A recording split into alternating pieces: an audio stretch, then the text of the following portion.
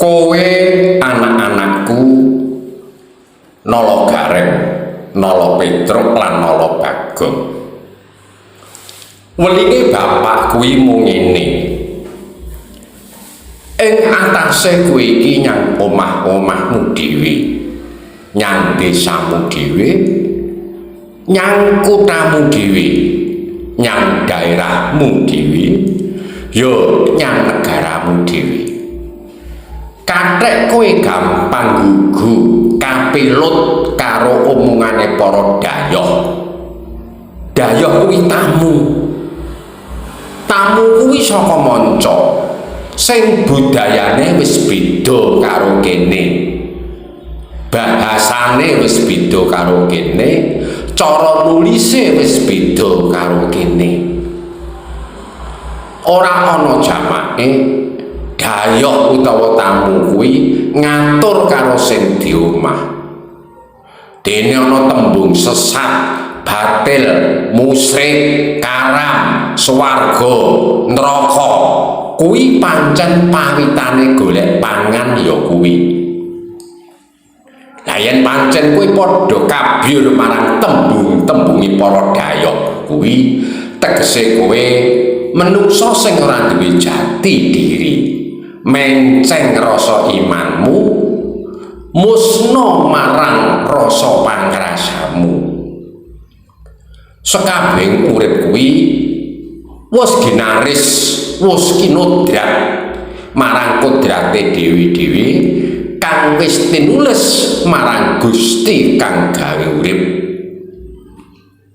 Tembung-tembung kuwi yen pancen kowe padha percaya, wedi nyang neraka, seneng nyang swarga, kuwi tegese para dhayoh iku mau berhasil anggone mengaruhi karo nalarmu.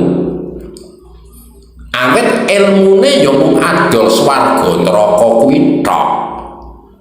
Yen ilmu pitutur, ilmu kang becik, ilmu kang apik, ilmu kang luhur kuwi ora duwe.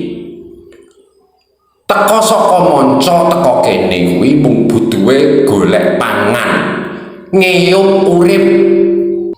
Jeneng tembung, kalimat, omong, bahasa kuwi saben daerah, saben negara duwe budaya dhewe-dhewe. Aja tok anggap batil, musyrik kuwi tok anggap iku basa saka swarga.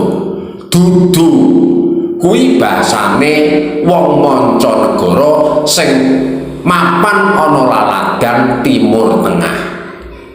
Mula aja kleru panampahmu.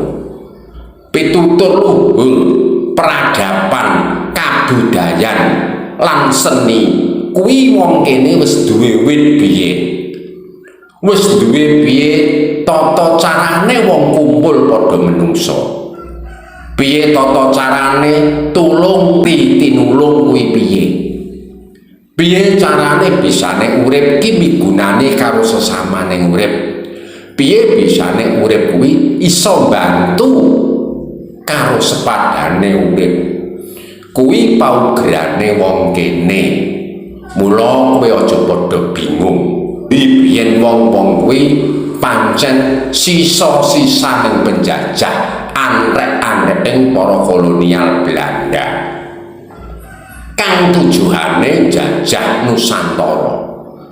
Mula nganti seprene dekne iki mung mengaruhi budaya-budaya kang isih ana ing Nusantara.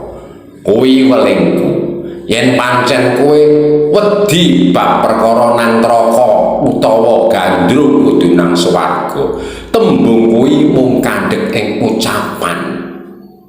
Kuwi mung kandhek nyang kalimat. Kalimate sapa? Ya kalimate para menungso-menungso kuwi sing padha dudulan ilmu. Ning ilmune ilmu pepisan, ilmu kosong, ilmu sing ora bisa diterapke marang sepadane urip. Kuwi welinge bapak.